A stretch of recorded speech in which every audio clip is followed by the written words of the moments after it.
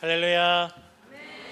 네, 기도해 주셔서 건강하게 무사히 잘 다녀왔습니다. 제가 6년 3개월 만에 부모님을 뵈었는데 너무 반갑고 또 좋았습니다. 제 얼굴이 좀 좋아졌습니까? 자, 티가 안 나죠? 어머니께서 마스크팩을 이렇게 주셨는데 2번이나 이렇게 마스크팩을 하니까 뭐 얼굴이 더 잘생겨지는 건 아닌데 피부는 좀 좋아지는 것 같아요. 피부가 좋아지니까 제일 제가 느끼는 변화 중에 하나가 뭐냐면 면도할 때 상처가 안 나더라고요. 피부가 좋아지니까. 그동안은 제가 뭐 전기 면도기를 써도 상처가 나고 또 뭐 날이 5개짜리, 뭐 날이 3개짜리 이것저것 면도기 써봐도 자꾸 상처가 나는데 이거 면도기 나한테 맞는 면도기가 없나? 아니면 면도 크림이 문제인가? 그래서 면도 크림도 이것도 써보고 또 면도 거품도 이것도 저것도 써보고 뭐 이걸 써보고 저걸 써보고 해도 다 계속 상처가 나더라고요. 근데 피부가 좋아지니까 일회용 면도기를 써도 상처가 안 나는 거예요. 대충 해도 피부가 좋아지니까. 성도는 우리의 마음과 영혼도 마찬가지입니다. 여기저기 상처가 나고 상처받고 상처투성이가 되어가면서 나한테 상처 안 주는 곳이 어딘가? 내가 상처 안 받는 장소가 어딜까? 여기 가면 상처 안 받을까? 저기 가면 상처 안 받을까? 이 사람은 나한테 상처를 안 줄까? 저 사람은 나한테 상처를 안 줄까? 나하고 맞는 곳이, 나하고 맞는 사람이 어디에 있나? 그렇게 헤매이는 것입니다. 세상에 도무지 나하고 맞는 사람이 없는 것 같고 나를 알아주는 사람이 없는 것 같고 세상에 내가 있을 곳이 없는 것처럼 느껴질 때가 있습니다. 정작 내 마음이 메마르고 거칠어져서 누구를 만나도 상처받고 어디에 가도 상처받는 것을 깨닫지 못할 때가 너무 많다라는 것입니다. 우리 마음에 영양이 공급이 되고 우리 마음이 부드러워지고 우리의 마음과 영혼이 풍성해지면 누구를 만나도 무슨 일을 만나도 우리는 담대하고 평안하고 기뻐하고 감사하며 사랑할 수 있는 줄로 믿으시기 바랍니다. 에스겔 36장 25절에서 31절 말씀 함께 읽겠습니다. 맑은 물을 너희에게 뿌려서 너희로 정결하게 하되 곧 너희 모든 더러운 것에서와 모든 우상 숭배에서 너희를 정결하게 할 것이며 또 새 영을 너희 속에 두고 새 마음을 너희에게 주되 너희 육신에서 굳은 마음을 제거하고 부드러운 마음을 줄 것이며 또 내 영을 너희 속에 두어 너희로 내 율례를 행하게 하리니 너희가 내 규례를 지켜 행할지라. 내가 너희 조상들에게 준 땅에서 너희가 거주하면서 내 백성이 되고 나는 너희 하나님이 되리라. 내가 너희를 모든 더러운 데에서 구원하고 곡식이 풍성하게 하여 기근이 너희에게 닥치지 아니하게 할 것이며 또 나무의 열매와 밭의 소산을 풍성하게 하여 너희가 다시는 기근의 욕을 여러 나라에게 당하지 아니하게 하리니 그때에 너희가 너희 악한 길과 너희 좋지 못한 행위를 기억하고 너희 모든 죄악과 가증한 일로 말미암아 스스로 밉게 버리라. 아멘. 우리 마음을 누가 풍성하게 해주십니까? 우리 마음을 누가 건강하게 해주십니까? 누가 우리 마음에 무엇이 우리 마음에 영양을 공급해 주십니까? 오직 주님만이, 주의 말씀만이, 성령만이 우리의 마음에 영원한 영양분을 공급해 주시고 굳은 마음을 제거해 주시고 부드러운 마음을 주실 줄로 믿으시기 바랍니다.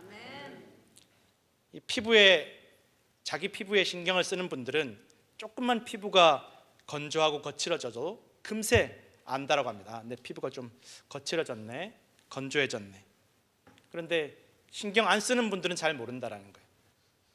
뭐 거칠어졌는지 뭐 메말라졌는지 신경 안 쓰는 분들은 모릅니다.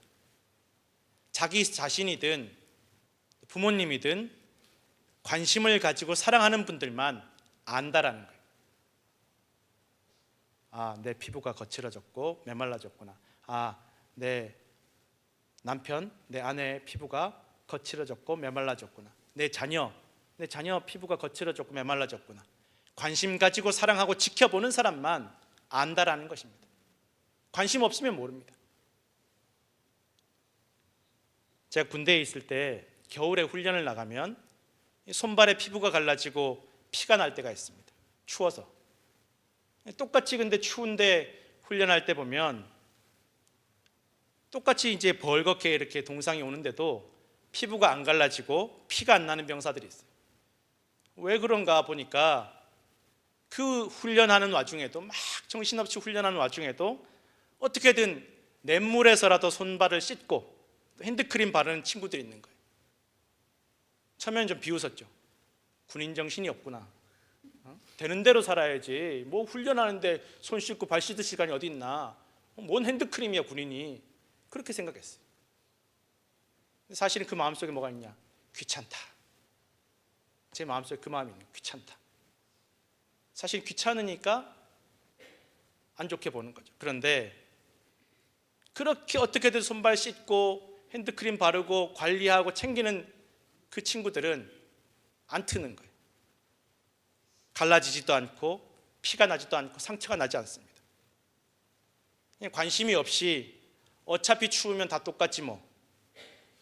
어차피 추우면 이 추위에 뭐 이렇게 하나 저렇게 다 똑같지라고 생각하고 되는 대로 내버려 두면 때가 끼고 건조해져서 피부가 갈라지고 상처가 나고 피가 나다라는 것입니다. 그러면 감염이 되어서 총 한 번 쏴보지 못하고 부상 입는 거예요. 사람이 어려움을 당할 때 자신의 마음과 영혼을 돌아보지 못하거나 그냥 내버려 두고 포기해 버릴 때가 있습니다. 다 똑같이 어려운데 뭘 한들 똑같이 어려운데 이 어려움 벗어날 수 없을 텐데. 그러면 똑같이 어려움 당해도 더 상황이 심각해질 수 있습니다. 오늘 시편 130편은 제목이 성전에 올라가는 노래입니다. 성경책을 가지고 오신 분들만 이 제목을 볼 수 있습니다. 성전에 올라가는 노래입니다.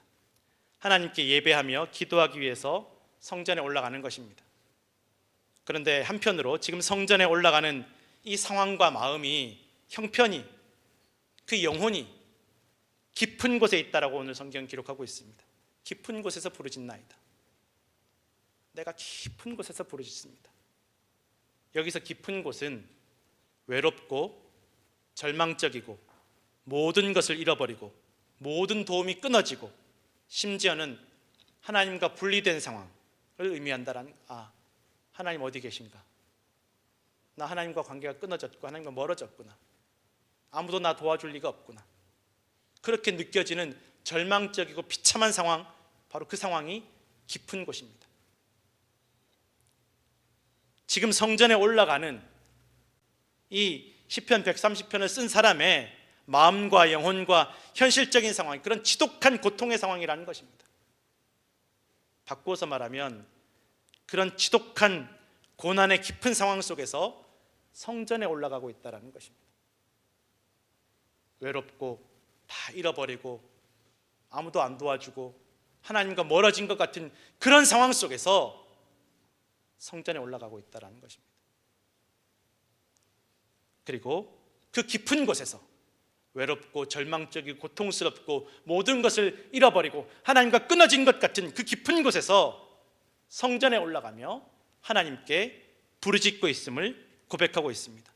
부르짖어 기도하며 하나님의 도움을 구하는 것입니다. 하나님, 나 도와달라고, 나 살려달라고, 나 좀 도와달라고, 나 좀 붙잡아달라고. 지독하게도 외롭고 고통스럽고 절망적이고 심지어 하나님과 멀어진 느낌이 들 때, 그때 오히려 성전에 올라가면서 하나님께 부르짖어 기도하며 도와달라고 구하고 있다는 것입니다. 여러분, 이게 당연한 것 같지만 우리가 지금 현실 속에서 신앙생활하는 우리 모습을 돌아보면 오히려 반대일 때가 더 많다는 것입니다.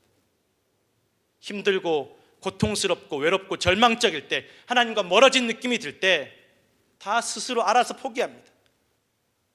하나님과 더 멀어집니다. 예배와 멀어집니다. 기도와 멀어집니다.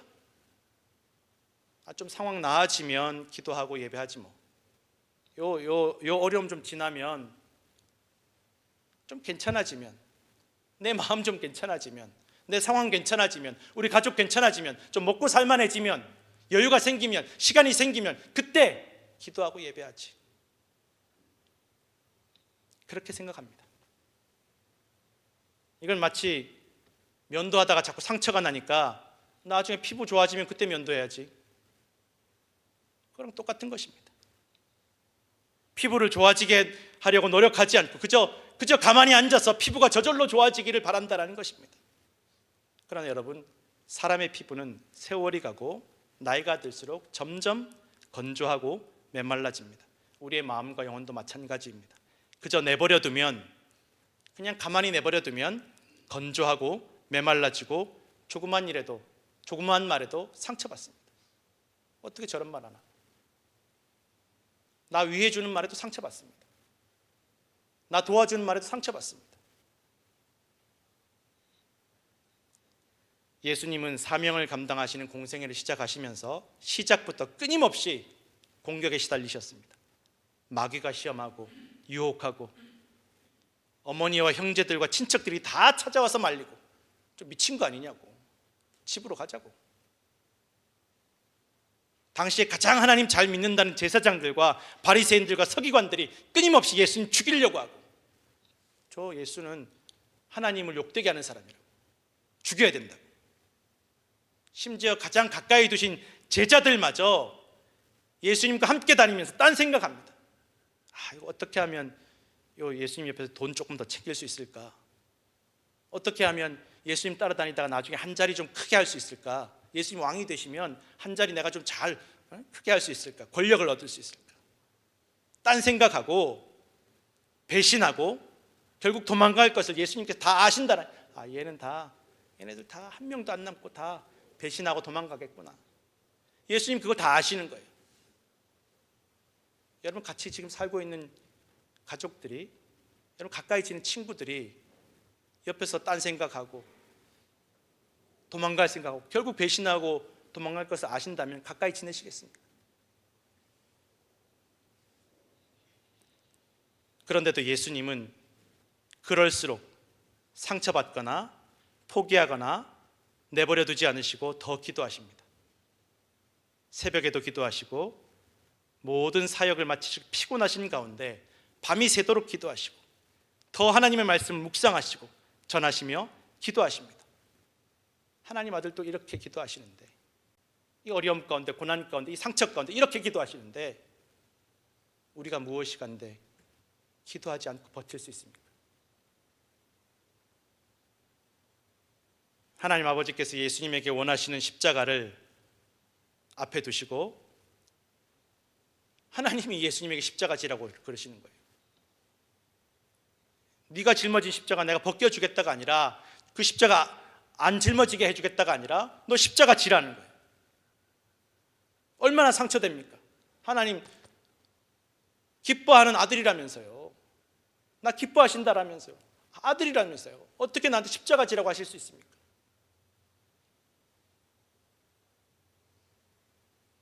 그런데도 예수님은 십자가를 앞에 두시고 시험 들거나 좌절하고 낙심하지 않고 부르짖어 기도하시며 순종하십니다.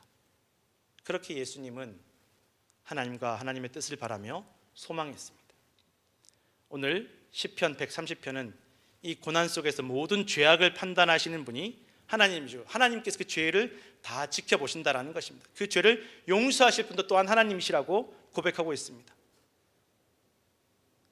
고난 속에서도, 깊은 곳에서도, 고통 속에서도 하나님을 소망하고 바라보는 사람들은 자신의 죄를 돌아봅니다. 그러나 하나님 없는 사람들은 다른 사람들의 죄를 찾는 데만 신경을 씁니다. 이건 누구 때문이야? 저 사람 때문이야. 저 사람이 죄인이야. 다 저 사람 때문에. 내 인생이 이렇게 되고 다 저 사람 때문이야. 우리 가족이 이렇게 된 거 저 사람 때문이야. 그러나 고난 속에서도 하나님 바라보는 사람들은 내 죄를 먼저 바라봅니다. 또 많은 사람들은 자신의 죄를 발견하고 돌아보게 되면 절망하고 좌절하고 낙심하고 부끄러워하고 외면하고 피하고 싶어 합니다. 나 부끄럽다. 모른 채 하고 싶어 합니다.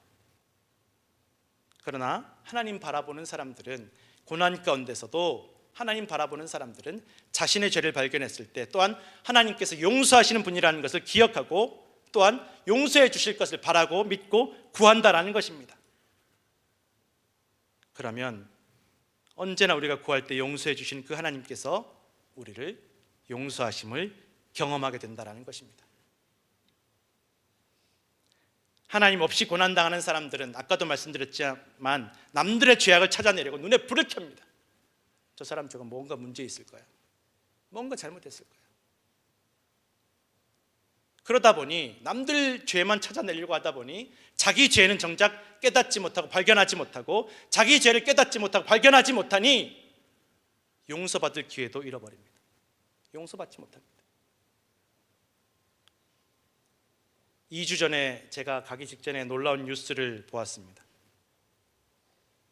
다 보셨겠지만 이란과의 전쟁에서 이 전투기가 격추되어서 적진 한복판에 떨어진 조종사가 극적으로 구조된 사건인데, 이 조종사가 구조 신호로 하나님은 선하시다라는 메시지를 보내었고, 근데 이것을 받은 이 아군이 이게 진짜 그 조종사가 보낸 건지 적군이 교란하려고 속이려고 보낸 건지 이걸 확인하려고 평소에 이 병사를 잘 아는 사람들에게 다 물어봤다라는 거예요. 이 병사가 정말 이렇게 믿음이 있는 사람이냐? 그랬더니 평소에 이 조종사의 믿음이 신실했다. 평소에 이 조종사가 하나님 잘 믿었고 하나님 의지하던 사람이라고 증언을 얻게 되었다라는 것입니다. 평소에 하나님을 잘 믿었던 이 믿음 때문에 이 조종사의 구조 신호가 받아들여지게 되고 믿어지게 되었다라는 것입니다. 그리고 또 이 조종사가 그렇게 구조 신호를 보내고 믿어지고 구조대가 올 때까지 버틸 수 있었던 것, 견딜 수 있었던 것은 훈련받은 대로 행동했기 때문에,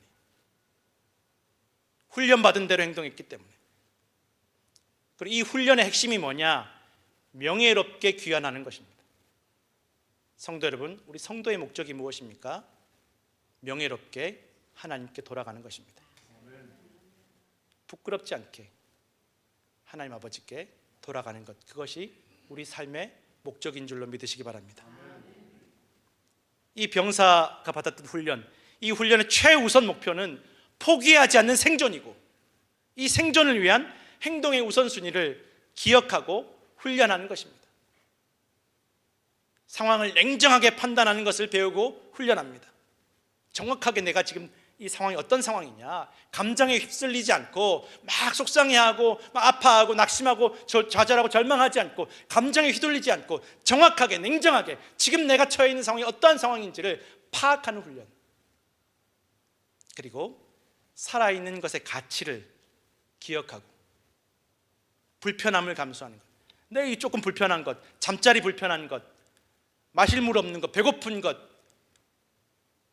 화장실 없는 것, 살아있는 거에 비하면 이건, 이 불편한 건 아무것도 아니라는 것입니다. 살아있는 게 더 중요하지 이 불편한 게 뭐가 중요하나. 사는 게 더 중요하다는 것입니다. 생명이 더 중요하다는 것입니다. 살기 위해서 이 불편함은 얼마든지 감수한다는 것입니다. 성도 여러분, 우리 신앙생활하면서 우린 생명을 위해서 불편함을 감수하고 있습니까? 아니면 조금 더 편해지려고 생명을 포기하고 있지는 않습니까? 그렇게 생존을 위한 기본기를 철저하게 배우는, 이게 기본이라는 거예요. 살기 위해서 불편함을 감수하는 것, 이 기본이라는 것입니다.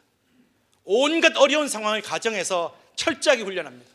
먹을 것이 없을 때, 잠자리가 없을 때, 마실 물이 없을 때, 또 막 적군인들이 막 수색할 때, 꼼짝 못하고 가만히 있어야 될 때, 모든 최악의 상황을 가정해서 훈련한다는 것입니다. 그렇게 끝까지 적들에게 붙잡히지 않고 적을 피해서 탈출하며 귀환하는 것을 배우고 훈련한다는 것입니다. 그리고 또 한 가지, 적들에게 잡혔을 때 내 의지와 신념을 꺾지 않는 훈련, 포기하지 않는 훈련, 다 훈련한다는 것입니다. 그렇게 훈련받은 대로 행동하고 믿음대로 행동한 이 조종사를 구하기 위해서 엄청난 인력과 장비가 비용이 소모되었지만 기어이 구조되었습니다. 성도 여러분, 하나님께서 우리를 구원하시기 위해서 독생자 예수 그리스도를 이 낮은 곳으로 보내셨고 십자가에 죽으시고 부활하시게 함으로 구원의 길을 열어두셨음을 믿으시기 바랍니다. 그만큼 우리를 구원하시기를 원하시고 사랑하심을 믿고 의심하지 마십시오. 하나님은 선하십니다. 하나님은 사랑이십니다. 우리는 오늘도 교회에서 구원받고 영원히 살기 위한 훈련받고 있습니다. 훈련해야 됩니다. 무슨 일을 만나도 하나님 바라보고 믿고 신뢰하며 부르짖어 기도하고 예배하는 그 훈련, 고난이 닥쳐왔을 때, 어려울 때, 깊은 곳에 떨어졌을 때, 내가 하나님과 멀어지는 느낌이 들었을 때도 더 하나님께 나아가는 그 훈련, 반드시 하나님께 돌아가는 훈련, 믿음으로 돌아가는 그 훈련, 그 훈련들을 잘 받고 끝까지 견딜 때, 하나님을 바라볼 때, 소망할 때 우리를 사랑하시는 주님께서 반드시 우리를 모든 절망과 고통과 상처로부터, 사망과 멸망으로부터 구원하실 것을 믿으시기 바랍니다. 오늘도 깊은 곳에서 하나님을 바라보시며 예배와 기도로 성전으로 올라가시는 성도들 되시기를 간절히 축원합니다.